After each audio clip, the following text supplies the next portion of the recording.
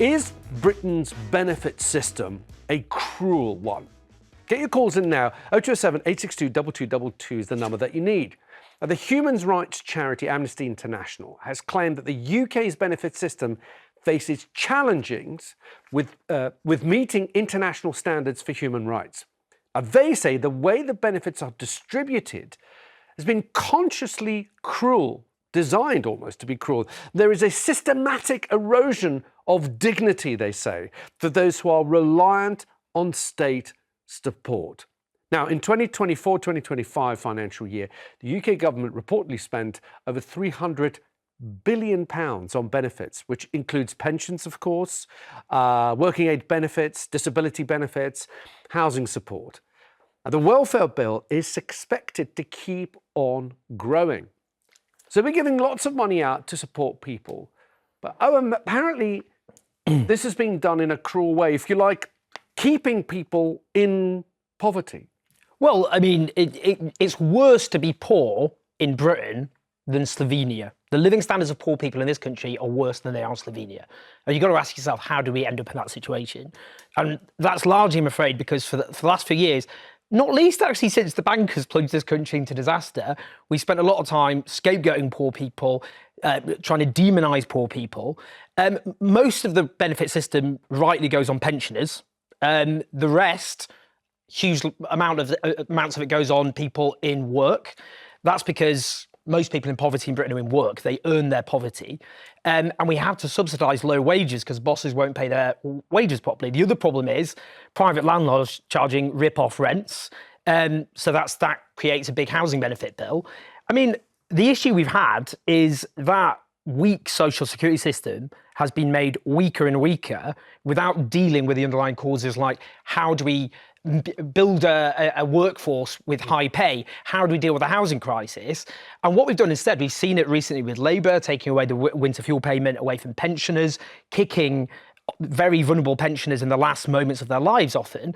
We've seen now the onslaught against disabled people, where already before what Labour did, people with multiple sclerosis, people with cancer, amputees were already being refused help. That is a cruel system, and it's a cruel system which has been made ever crueler whilst we just don't tax rich people properly. So, do you agree with Amnesty that it's designed to be cruel, that it's almost deliberately cruel?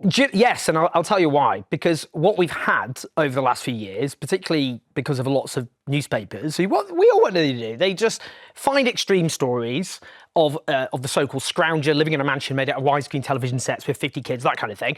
And they say, this is what people on benefits are like, and then government makes policy around that kind of attack. Okay. And as an example, look, I always use this is one example, benefit sanctioning, people having their benefits stopped. Stephen Taylor, army veteran, he was unemployed at the age of 60, selling poppies for the Royal Legion, including in a supermarket where he applied for work, but he couldn't get work at the age of 60. He had his benefit sanctioned for 4 weeks. Do you know why? Because the fact he was selling poppies for the Royal Legion showed he wasn't trying hard enough to look for work. That's a cruel system. Belinda, do you agree? Is it a cruel system? I think the benefits bill has to be brought under control. I think the taxes we're paying towards benefits is enough. It's just being misspent. I think the cruelty in the benefit system is Brits who are born here, lived and worked here, paid their taxes, are not seeing the benefit system rewarding those most in need. The elderly, as you mentioned, not just the elderly, but the new Labour benefits sort of raid towards 24/7 carers, one of the most heroic jobs you can do, spend your life looking after a sick person at home or the terminally ill. These are all the wrong things, and they're seeing £8 million being spent today on men coming from the safety of France, coming over, being put up in 4-star hotels and getting a treatment with British taxpayers' money that is not being afforded to the British people first. And I think there's a deep cruelty and unfairness in that people are right to be angry about. And this is not blaming other or scapegoating other people. This is a targeting government policy that has put other interests before the British public in terms of benefit. That sounds to me like what you're arguing for is that we should both cut support for refugees and cut support for people who live here. No. Well, the question is then, do you want to put more money into the benefit system? Do you accept, because we can have an argument about refugees, no, I think there's enough money. But do you think there's enough money in the benefit system? It's just being spent badly in the wrong areas. Look at the PIP increase. So do you oppose the take away the winter fuel payment? I absolutely oppose. Then you support more welfare spending. No, I say okay. take the money away from people who are less vulnerable and give it to people who are more vulnerable. Can I just ask you this then, in that case? 86% of people on universal credit, so people who are on benefits, 86% of them went without either food, clothing or heating. So if 86% of people who are already on benefits are going without those basic essentials, how is it possible that you say there's enough money in the system? Because it's being spent on the wrong things. Other things. But are you're being mentioning too hotels. priority. That's a completely different pot, That's different pot of expenditure. money. But it's still a pot of money that can be But used. we're talking and about the shifting- benefits. But then system. you're saying spend more. You're saying take money from other things to increase spending on social security. on the most vulnerable, on those who the disabled and those the carers, the terminally ill. Well, let's go the through them elderly. quickly. And I just think the British people are massively generous and huge supporters of the benefit system. Okay. It's supposed to be a Belinda, safety net, a temporary safety net first. Okay, briefly. And not briefly, a lifestyle choice. Briefly, Owen, and then I've got to go. Do you think we should spend more on pensioners? I think pensioners, as it is good enough. Oh well, but you said you want to restore the winter fuel payments. Yeah, You do want to the winter spend. fuel payment, of course. What I'm saying is, Labour. You don't want to increase the state pension. I am saying Labour is not being targeted enough in where the benefit goes. It's not about charging more tax. It's about moving money around so the most vulnerable, not those who are suffering anxiety and can't go to work. I don't think they're as needing of benefits as the elderly. All right, I'm going to pause you there because I want to hear from people at home. Jennifer's in West Midlands. Jennifer, welcome to the show. Good morning. What are your thoughts? Do you think the benefit system is cruel? It is very cruel. I've worked since I was I've worked since I've been 16, and I'm now approaching 65, and I've had to finish work due to ill health, and I have literally had to prove that I am ill. I've had to prove that I can't get in and out the bath myself, that I can barely walk, that if I do walk without a stick, I fall flat on my face. It's very intrusive. The questions they ask it is very intrusive. Jennifer, I'm just playing devil's advocate. You would expect that you'd have to present yourself to say, look, this is me. This is what I can and cannot do, and they have to assess that in order to find out how much help you're entitled to. Is the cruel part that you're having to do this over and over again? Is that what you're saying? It just keeps getting repeated and repeated and repeated. And once you proved it once, why should I have to keep going through the same thing over and over and over again?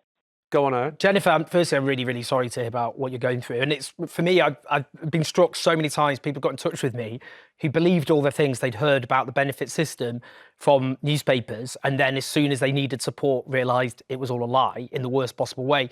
And at the moment, even before Labour's attack on disability benefits, a quarter of amputees are being refused support. People with multiple sclerosis, people with Parkinson's. You know, these are people who clearly, I think the vast majority of us would agree, need support. And all, for example, the personal independence payment is supposed to do is exactly that, give people independence, and many of them in work. So, I mean, that's the problem. We're already, before the attacks that Labour are doing, we're already refusing help for people who need it. And people like Jennifer are being frankly humiliated by the state. Jennifer, thank you for kicking us off. I really appreciate your call and you calling in. Rachel's in Cardiff. Rachel, welcome to the show. Rachel, do you think the benefit system has been designed to be cruel? I don't know whether it has been designed to be cruel, but it certainly is cruel. And the way the government in the Green Paper are going to put 4 points on PIP for the daily living, and people and their judgments are saying that people who don't do that aren't well deserving. It means, for example, if you can't use the toilet by yourself, or if you can't dress yourself, that's the point you're talking about, you're no longer eligible. So under the system, if you cannot dress yourself, that alone, you will not get support, you will not get personal independence payment. Is that cruel or not? I think most of us would say that's pretty cruel. Belinda, do you agree? Do you think that's cruel? It's really difficult because it's a should be case by case scenario here, because everyone has different levels of suffering. You mentioned the PIP. It expanded to include paying those with anxiety and depression who can't work. Now, in my day, you had anxiety, you still had to go to work. I had various things going on in my life, tragedies, you name it, I'd still be in work. The idea I'd be able to get benefits for having anxiety and to take that time off work just wouldn't be done in the 90s. And that's unfortunately where it's being exploding. And it's one of the fastest growing rates in welfare disability is this let's say, overdiagnosis of mental health conditions, which would not have been accepted years ago. And that's where the money, it shouldn't be shifting to. It should be kept at, as you mentioned, the most vulnerable people. I don't think anyone would not support. But, I mean, what you're doing there, I think, is conflating mental health with people who are going through difficulties in their life. Lots of people go through difficulties of their life, and millions, 1 in 4 people experience some form of mental health issue in their life. The vast majority of those never get any state support. The people you're talking about are the people in the most extreme examples of, for example, clinical. We're talking about clinical depression. Some people are suicidal. They're clinically depressed and they can't work. There has been an overdiagnosis with GPs too readily signing people off work without, the evidence that used to be needed. That's been reported. But what's your evidence for that? I'm going to have to pause you, only because I want to hear from Mark as well. Rachel, thank you. Mark's in Leicestershire. Mark, welcome to the show. Do you think the benefit system is cruel? It has been to me, yes. How? I mean, I've never ever claimed benefits before in my life. I was earning good money, very, very good money. I've paid an absolute fortune in tax and national insurance over the years. Yeah. And due to circumstances outside of my control, I became a single dad to my full-time single dad to my daughter last year. And there's just hardly any money ever. I mean, I've had to go down to minimum wage, get a job that's school hours. Now, in my situation, somebody like me, why can't I then get a higher payment with universal credit? Because I've paid so much money in. What is the point of paying money in? What is the point of getting a good job and paying an enormous amount of tax and national insurance when I don't get it back? I mean, thank God I've got a very good private pension, because when I can claim that in, 10 years, then I've got a very good income in between. It's just inherently unfair that I paid all this money in, and I've seen nothing for it. What's the point in working? Mark, it's demoralising. Well, an interesting word to end on. Mark, thank you. One of those points that Amnesty and others who've looked at the system have been making is that not only do they claim that the system is cruel, but it keeps people in poverty. If you're in poverty, you're on benefits, you stay in poverty. As you heard from Mark, it's very difficult to get out of where you are. So a system like that, are they coming back to that word cruel? Because it's a big word, Belinda. Is it cruel? Because in a sense, you are providing help, but you're not providing enough help to get people like Mark out of the situation that they're in. Right, so Mark is in a situation I think the benefit system was designed for, that safety net, temporary safety net to help those who suddenly find themselves in a position where they can no longer work or support their families. That's exactly what it's supposed to be for. But unfortunately, I think the benefit system has been misused. It's been opened up too vaguely and expanded too far to include people who are less vulnerable, who shouldn't be on benefits.